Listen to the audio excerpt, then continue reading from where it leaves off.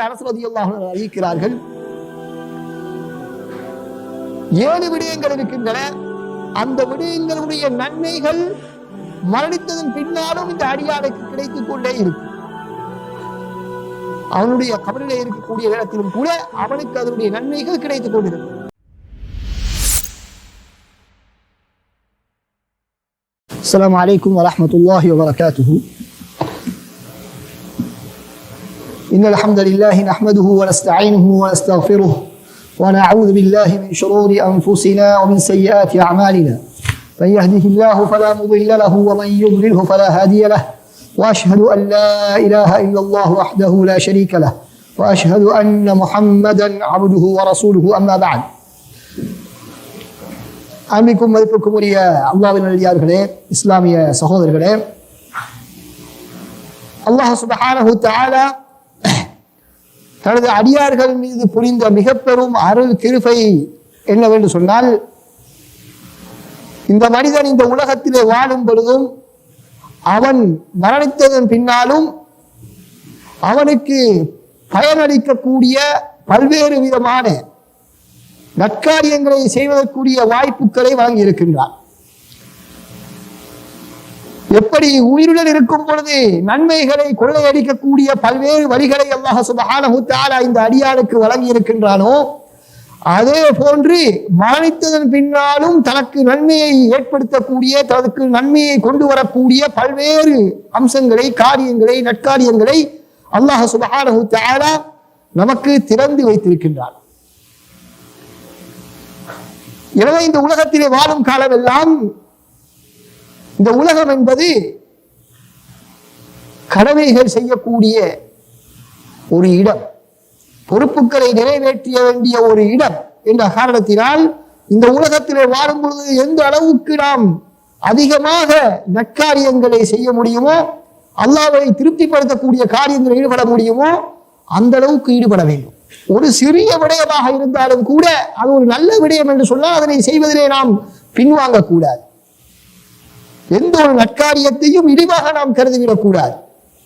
ஏனென்று சொன்னால் எத்தனையோ காரியங்கள் இருக்கின்றன, அவைகள் அல்லாஹ்விடத்திலே நமக்கு பெரும் அந்தஸ்துகளை பெற்றுத்தரக்கூடியத அல்லது நம்மை தண்டனையிலிருந்து பாதுகாக்கக்கூடியதாக அது இருக்கும்.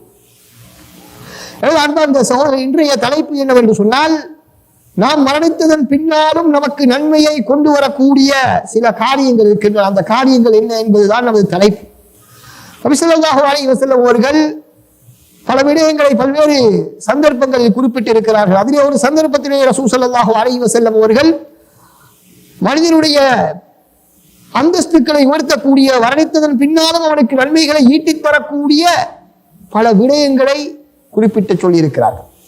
அதில் ஒரு ஹதீஸில் அனஸ் ரலியல்லாஹு அன்ஹு அறிவிக்கிறார்கள், 7 விடயங்கள் இருக்கின்றன. அந்த விடயங்களுடைய நன்மைகள் மரணித்ததன் பின்னாலும் இந்த அடியானுக்கு கிடைத்துக் கொண்டே இருக்கும். அவனுடைய கபரிலே இருக்கக்கூடிய நேரத்திலும் கூட அவனுக்கு அதனுடைய நன்மைகள் கிடைத்துக் கொண்டிருக்கும். முதலாவது, அறிவை போதித்தவர், அறிவை போதித்தவர். இரண்டாவது, ஒரு நீரோடையை உருவாக்கியவர் அல்லது ஒரு கிணறை வெட்டியவர் அல்லது ஒரு மரத்தை, ஒரு செடியை நாட்டியவர், அதே போன்று ஒரு பள்ளி வாயிலை அமைத்தவர், ஒரு முஸ்ஹபை, அல் குர்ஆனை மக்களுக்கு விநியோகித்தவர், அதே நேரத்தில் மரணித்ததன் பின்னால் தனக்காக வேண்டி பிரார்த்தனை செய்யக்கூடிய, தனக்காக வேண்டி பாவமன்னிப்பு தேடக்கூடிய ஒரு பிள்ளையை விட்டு சென்றவர். இவர்கள் அனைவருக்கும் அவர்கள் மரணித்ததன் பின்னாலும் இந்த விடயங்களுடைய நன்மைகள் சென்று கொண்டிருக்கும் என்பதாக ரசூலுல்லாஹி ஸல்லல்லாஹு அலைஹி வஸல்லம் சொல்கிறார். இந்த ஹதீஸ் பஸ்ஸார் என்ற நூலிலே பதிவு செய்யப்பட்டிருக்கிறது. அல்பானி இமாம் அவர்கள் அதனை ஆதாரபூர்வமான என்ற செய்தியாக பதிவு செய்திருக்கிறார்கள், குறிப்பிட்டிருக்கிறார்கள். அடுத்தது அபூ ஹுரைரா ரலியல்லாஹு அன்ஹு அறிவிக்கக்கூடிய இதே போன்ற இன்னும் ஒரு ஹதீஸ் இருக்கிறது. அதிலும் இதே போன்ற பல விடயங்கள் சொல்லப்பட்டிருக்கின்றன.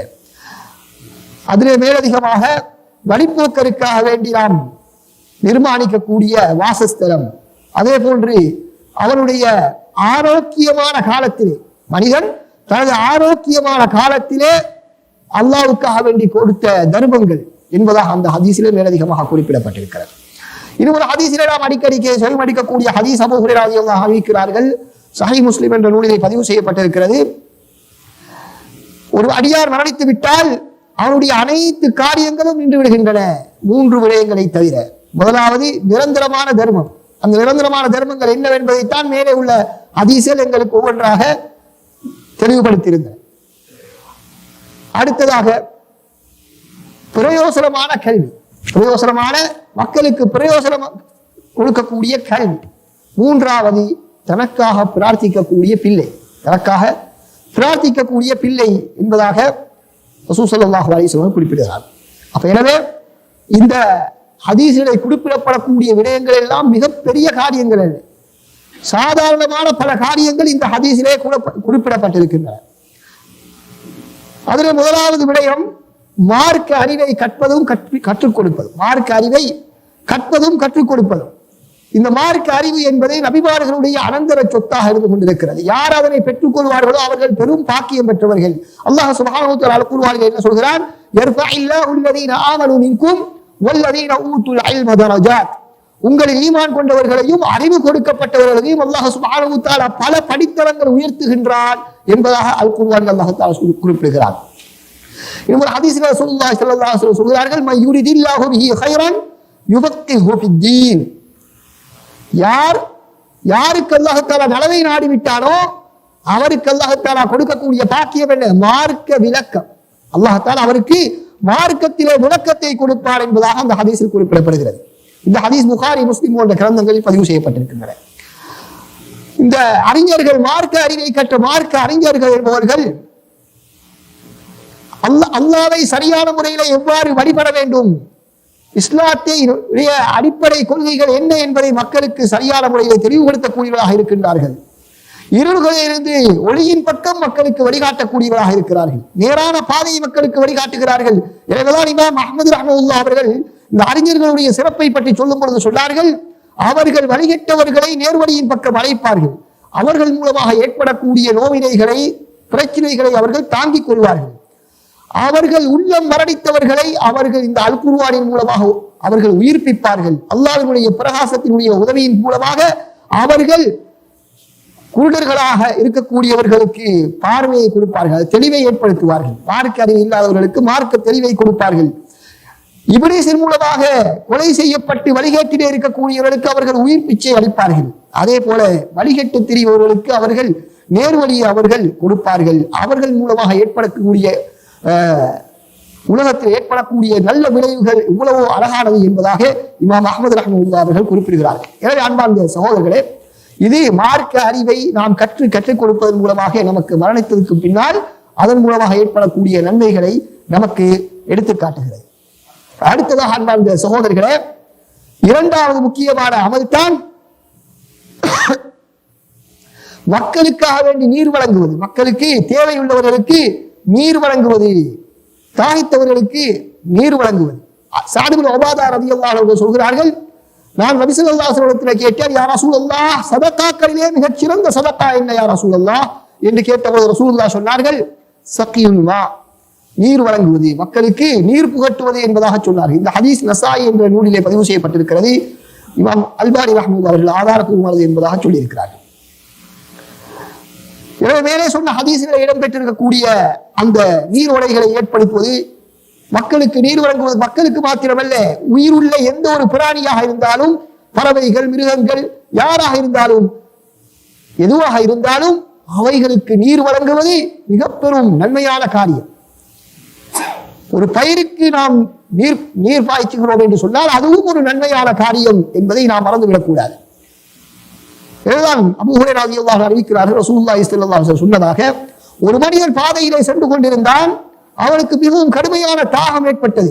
அப்பொழுது அவர் ஒரு கிணற்றிலே இறங்கி நீரை எடுத்து அருந்துகிறார். அப்படி நீரை அருந்துவிட்டு அந்த கிணற்றுக்கு வெளியிலே வந்த பொழுது ஒரு நாய் இருக்கிறது. அந்த நாய் தாகத்தின் காரணமாக மண்ணை அது உண்டு கொண்டிருக்கிறது. இதனை பார்த்த அந்த மனிதன், இந்த நாய்க்கும் என்னை போன்றுதான் தாகம் ஏற்பட்டிருக்கும் என்று நினைத்து உடனடியாக அந்த கிணற்றிலே இறங்கி தண்ணீரை எடுத்து அந்த நாய்க்கு புகட்டுகின்றார்.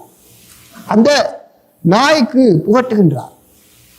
அதன் மூலமாக அல்லாஹ் சுப்ஹானஹு வ தஆலா அவனுக்கு நன்றி செலுத்தும் விதமாக அவனுடைய பாவங்களை மன்னித்து விட்டார் என்பதாக ரசூலுல்லாஹ் சொன்னார்கள். அப்பொழுது சஹாபாக்கள் கேட்டார்கள், அல்லாஹ்வின் தூதரே, மிருகங்களுக்கு நாம் தண்ணீர் போட்டினாலும் நமக்கு நன்மை கிடைக்குமா என்று கேட்கிறார்கள். அப்பொழுது ரசூலுல்லாஹ் சொல்கிறார்கள், ஃபீ குல்லி கபிதின் ரத்பத்தின் அஜ்ர், எந்த ஒரு உயிருள்ள பிராணிக்கு நீங்கள் நன்னீர் புகட்டினாலும் அதிலே உங்களுக்கு கூலி இருக்கிறது என்பதாக சொன்னார்கள். இந்த ஹதீஸ் புகாரி, முஸ்லிம் போன்ற கிரந்தங்களில் பதிவு செய்யப்பட்டிருக்கின்றன. அன்பார்ந்த சகோதரர்களே, இந்த மனிதன் ஒரு மிருகத்துக்கு நீர் புகட்டியதின் காரணமாக அல்லாஹ்வுடைய அருளையும் அல்லாஹ்வுடைய பாவ மன்னிப்பையும் பெற்றிருக்கிறார்.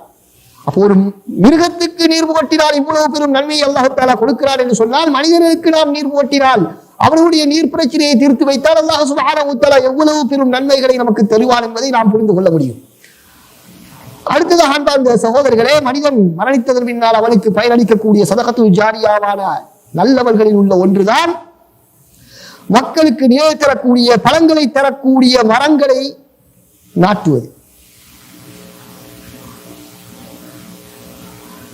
அதன் மூலமாக எந்த அளவுக்கு நன்மை இருக்கிறது என்பதை ரசூலுல்லாஹி ஸல்லல்லாஹு அலைஹி வஸல்லம் சொல்லும் பொழுது அனஸ் ரலியல்லாஹு அன்ஹு அறிவிக்கிறார்கள், நபி ஸல்லல்லாஹு அலைஹி வஸல்லம் கூறியதாக, ஒரு மனிதன் ஒரு மரத்தை நட்டுவிட்டால் அல்லது ஒரு பயிரை அவன் விதைத்து விட்டால் அதில் இருந்து ஒரு பறவையோ அல்லது மனிதனோ ஒரு மிருகமோ சாப்பிடும் காலமெல்லாம் அவனுக்கு அது தர்மத்துடைய நன்மையை கொடுத்து கொண்டிருக்கும் என்பதாக சொன்னார்கள்.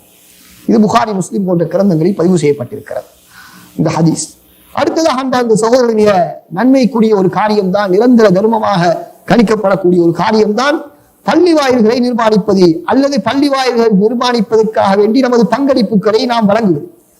இதற்காக வேண்டிதான் உண்மையான முறையிலே போட்டி போடக்கூடியவர்கள் போட்டி போடக்கூடிய ஒரு நல்ல காரியமாக இருந்து கொண்டிருக்கிறது. ஏன்? அந்த பள்ளி வாயில் எப்பொழுதுமே நன்மையான காரியங்கள் மாத்திரம் நடக்கக்கூடிய ஒரு இடம் இந்த உலகத்தில் இருக்கும் என்று சொன்னால் அது பள்ளி வாயில் மாத்திரம் தான். எனவே அன்பார்ந்த சகோதரர்களே, அந்த பள்ளியில ஒரு மனிதன் தொழக்கூடிய காலமெல்லாம், ஒரு திக்ர் செய்யக்கூடிய காலமெல்லாம், குர்ஆன் ஓதப்படக்கூடிய காலமெல்லாம் அதனை நிர்மாணித்தவர்களுக்கு அல்லது நிர்மாணிப்பதிலே பங்கெடுத்துக் கொண்டவர்களுக்கெல்லாம் அந்த நன்மை போய்கொண்டே இருக்கும்.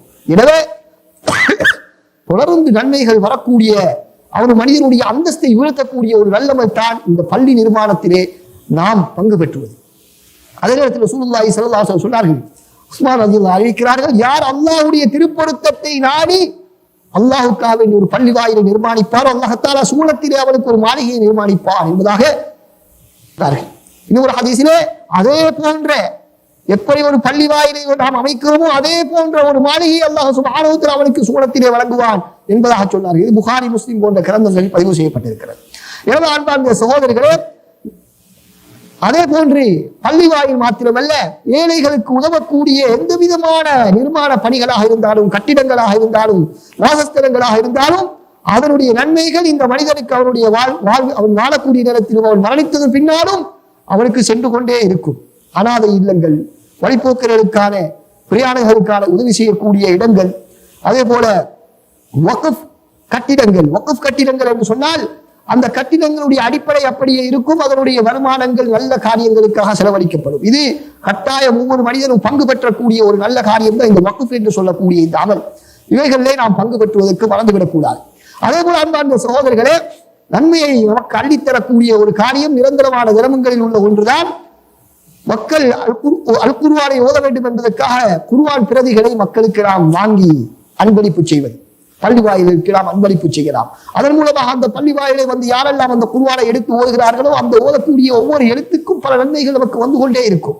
குறிப்பாக எங்களுக்கு தெரியும், அல் குர்ஆனுடைய ஒவ்வொரு வார்த்தைக்கும் ஒவ்வொரு எழுத்துக்கும் 10 நன்மைகள் என்று சொன்னால் எவ்வளவு நன்மைகள் அந்த குர்ஆன் இருக்கும் வரைக்கும், ஓதப்படும் வரைக்கும் அது இருந்து கொண்டே இருக்கும்.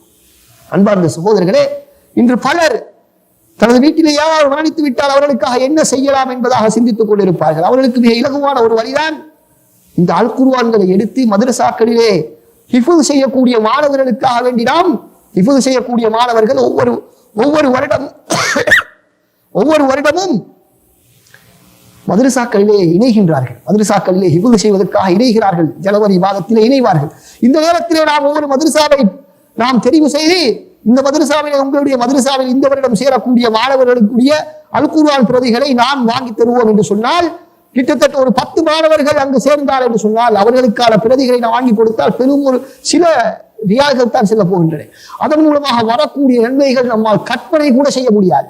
ஏன் அந்த மாணவர்கள் அவர்கள் அல் குர்ஆனை மனனம் செய்து ஹாஃபிதுகளாகி, அதற்கு பின்னால் அவர்கள் உஸ்தாதுகளாகி, அவர்கள் மூலமாக எத்தனையோ ஹாஃபிதுகள் உருவாகி, அவர்கள் மூலமாக பள்ளி வாயில்களிலே இமாம்கள் உருவாகி, இப்படி அதனுடைய சங்கிலி தொடர் இப்படி நீண்டு கொண்டே செல்லக்கூடியதாக இருக்கிறது சகோதரர்.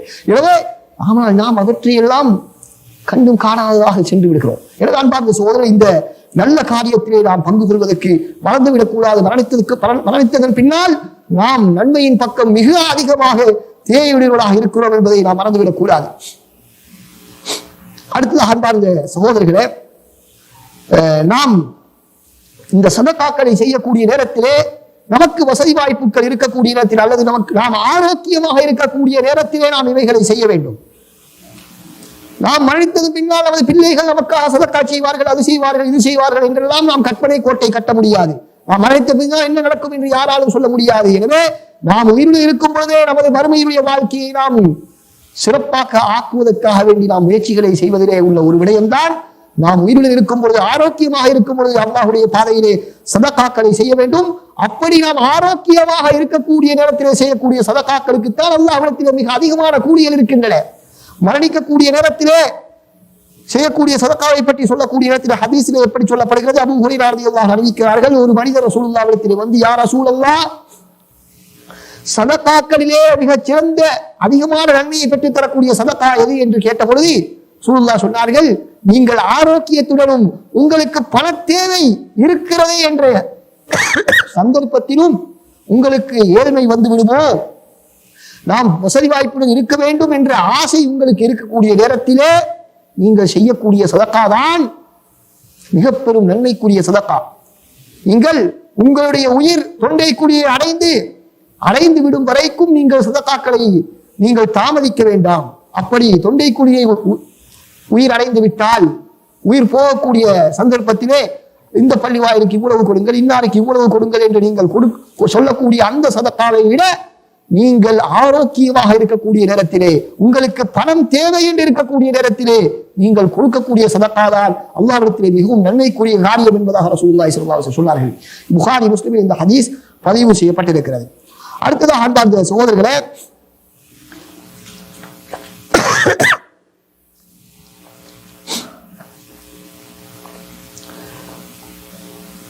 ஒரு மனிதனுக்கு மரணித்ததன் பின்னால் மிகவும் பயனளிக்கக்கூடிய ஒரு விடயம்தான்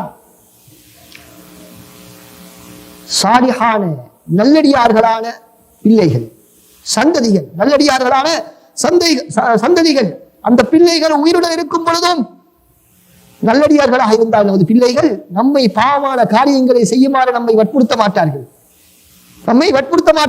அல்லாஹ்வுக்கு மாற்றமான காரியம் என்று சொன்னால் அதனை செய்து தர வேண்டும் என்று அடம் பிடிக்க மாட்டார்கள். அதே நேரத்தில் நாம் மரணித்ததன் பின்னாலும் எங்களுக்காக வேண்டி அவர்கள் சதகாக்கள் செய்வார்கள். அதே போல பாவ மன்னிப்பு கேட்பார்கள், அல்லாஹ்விடத்தில் துஆ கேட்பார்கள். இவைகள் மூலமாக மனிதனுடைய அந்தஸ்து, ஒரு முஸ்லிமுடைய அந்தஸ்து உயர்ந்து கொண்டே செல்கிறது. அபூ ஹுரைரா ரலியல்லாஹு அறிவிக்கிறார்கள், ஒரு மனிதனுடைய அந்தஸ்து சூழத்திலே உயர்ந்து கொண்டே செல்லும். ஒரு மனிதனுடைய அந்தஸ்து சூழத்திலே உயர்ந்து கொண்டே செல்லும்.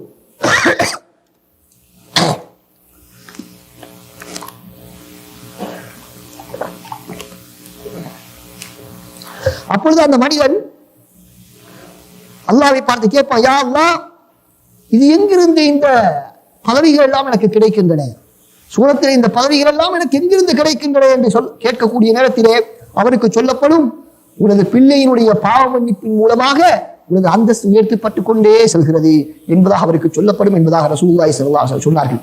இந்த ஹதீஸ் இப்னு மாஜாவிலே பதிவு செய்யப்பட்டிருக்கிறது. எனவே அன்பார்ந்த சகோதரர்களே, இந்த சாலிஹான பிள்ளைகளுடைய இந்த பெருமதி இருப்பதன் காரணமாகத்தான் பிள்ளைகளை வளர்ப்பதிலே மிகவும் கண்ணும் கருத்துமாக நாம் இருக்க வேண்டும். அவர்களுடைய மார்க்க விடயங்களை நாம் அதிகமாக கவனம் செலுத்த வேண்டும். அது மாத்திரமின்றி அந்த பிள்ளைகளை சாலிஹான பிள்ளைகளாக மாற்றுவாயாக என்று அல்லாஹ்விடத்திலே பிரார்த்தனை செய்யக்கூடியவர்களாக நாம் இருக்க வேண்டும் என்று நமக்கு வழிகாட்டப்பட்டிருக்கிறது. அல் குர்ஆனில் அல்லாஹ் தஆலா அழகான ஒரு துஆவை நமக்கு கற்றுத் தருகிறான். ரப்பனா ஹப் லனா மின் அஸ்வாஜினா வ ذُرِّيَّاتِنَا قُرَّةَ أَعْيُنٍ وَاجْعَلْنَا لِلْمُتَّقِينَ إِمَامًا. யா அல்லாஹ், நமது மனைவார்கள், நமது சந்ததிகள், இவர்களின் மூலமாக நமக்கு கண்குளிர்ச்சியை தருவாயாக. وَاجْعَلْنَا لِلْمُتَّقِينَ إِمَامًا, எம்மை முத்தகீன்களுக்கு முன்மாதிரியாளர்களாக ஆக்கி வைப்பாயாக என்ற அந்த துஆவை நாம் ஓத வேண்டும். எனது அன்பார்ந்த சகோதரர்களே, அதே போன்று அல்லாஹ் சுப்ஹானஹு வ தஆலா மனிதர்களுக்கு நல்ல விடயங்களை கற்பதற்காக வேண்டி மனிதனுக்கு வைத்திருக்கக்கூடிய நன்மையான காரியங்களை அறிந்து கொள்வோம் என்று சொன்னால், நாம் எப்பொழுதும் மனிதர்களுடைய நேர்வழிக்காக வேண்டி முயற்சிக்கக்கூடியவர்களாக, அதற்காக வேண்டி செலவழிக்கக்கூடியவர்களாக, அதற்காக வேண்டி நேரங்களை செலவழிக்கக்கூடியவர்களாக நாம் இருப்போம். எனவே அன்பார்ந்த சகோதரர்களே, அதுவும் நமக்கு மிகவும் மரணித்ததன் பின்னால் உதவி செய்யக்கூடிய காரியங்களில் ஒன்றுதான் மக்களுக்கு நமக்கு தெரிந்த நல்ல காரியங்களை நாம் அவர்களுக்கு வழிகாட்டுவது. நமக்கு ஒரு நல்ல விடயம் தெரிகிறது என்று சொன்னால் அந்த விடயத்துக்கு நாம் அவர்களுக்கு வழிகாட்ட வேண்டும். உதாரணமாக, ஒரு மார்க்க நிகழ்ச்சி நடக்கிறது என்று நமக்கு தெரிந்தால் நாம் மாத்திரம் அதற்கு சென்று பங்கு கொண்டு வந்து விடாமல், நமக்கு யாரெல்லாம் தெரியுமோ, நமக்கு அறிமுகமானவர்கள் எல்லோருக்கும் அந்த நிகழ்ச்சியை பற்றி நாம் அறிவிக்க வேண்டும். நாம் அறிவித்து அவர்கள் எங்கே வரப்போகிறார்கள், இவர்கள் ஒரு நாளும் வருவது கிடையாது என்ற எண்ணமெல்லாம் நமக்கு அவசியம் இல்லை. அந்த அறிவிப்பை நாம் கொடுப்பதன் மூலமாக நமக்கு எந்த விதமான நஷ்டமும் ஏற்பட்டு விடப் போவதில்லை. எனவே நாம் சொல்லக்கூடிய பொறுப்பு நமக்கு இருக்கிறது. அதன் மூலமாக ஒரு மனிதராக அந்த நிகழ்ச்சியில கலந்து கொண்டார் என்று சொன்னால், அதன் மூலமாக ஏற்படக்கூடிய அனைத்து மாற்றங்களுக்குரிய கூலியையும் நாம் பெற்றுக்கொள்கிறோம். சகோதரர்களே, ஒரு நிகழ்ச்சிக்காக நாம் செல்கிறோம் என்று சொன்னால் நாம் தனியே செல்லாமல் நமக்கு தெரிந்தவர்களையும் நாம் அழைத்துக் கொண்டு செல்ல வேண்டும். இதன் மூலமாக நமக்கு பெரும் நன்மைகள் கிடைக்கும். பெரும் நன்மைகளை அல்லாஹ் சுப்ஹானஹு வ தஆலா வைத்திருக்கிறார். எனவேதான் ரசூலுல்லாஹி ஸல்லல்லாஹு அலைஹி வஸல்லம் சொல்கிறார்கள், மன் சன்ன ஃபில் இஸ்லாமி சுன்னத்தன் ஹஸனத்தன், யார் ஒரு நல்ல காரியத்தை அறிமுகப்படுத்துவாரோ, ஒரு நல்ல காரியத்தை யார் அறிமுகப்படுத்துவாரோ அவருக்கு அந்த நன்மையான காரியத்தினுடைய கூலியும் இருக்கிறது. அதே போல அவர் அறிமுகப்படுத்தியவர்கள் செய்யக்கூடிய கூலியும் இவருக்கு வந்து சேரும். அவர்களுடைய கூலியில எந்த விதமான குறையும் ஏற்பட மாட்டாது. அதே போன்று யார் ஒரு தீமையான காரியத்தை அறிமுகம் செய்வார்களோ அவர்களுக்கும் அந்த தீமையான காரியத்தினுடைய நன்மை கிடைத்து அந்த அதை செய்யக்கூடிய தீமையும் அவர்களுக்கு வந்து சேரும் என்பதாக ரசூலுல்லாஹி ஸல்லல்லாஹு அலைஹி வஸல்லம் சொன்னார்கள். எனவே அன்பார்ந்த சகோதரர்களே, நல்ல காரியங்களை நாம் மாத்திரம் செய்து கொண்டிருக்காமல் மற்றவர்களுக்கு அவரை அறிமுகம் செய்வதும் நமக்கு மறுமையிலே கபரிலே நமக்கு நமது அந்தஸ்தை உயர்த்தக்கூடியதாக, நமது பாவங்களுக்கு பரிகாரமாக அமையக்கூடியதாக, நமது நன்மைகளை அதிகரிக்கக்கூடியதாக அது மாறும் என்பதிலே எந்த விதமான மாற்று கருத்தும் இல்லை. எனவே அல்லாஹ் சுப்ஹானஹு வ தஆலா நாம் வாழக்கூடிய காலத்திலே நமது கபரை பூஞ்சோலையாக மாற்றக்கூடிய நல்ல காரியங்கள் ஈடுபடக்கூடிய நல்ல சந்தர்ப்பத்தை நம் அனைவருக்கும் தந்தருவாராக. வ ஆகிரு தஅவானா அல்ஹம்துலில்லாஹி ரப்பில் ஆலமீன். வஸ்ஸலாமு அலைக்கும் வரஹ்மத்துல்லாஹி வபரகாத்துஹு.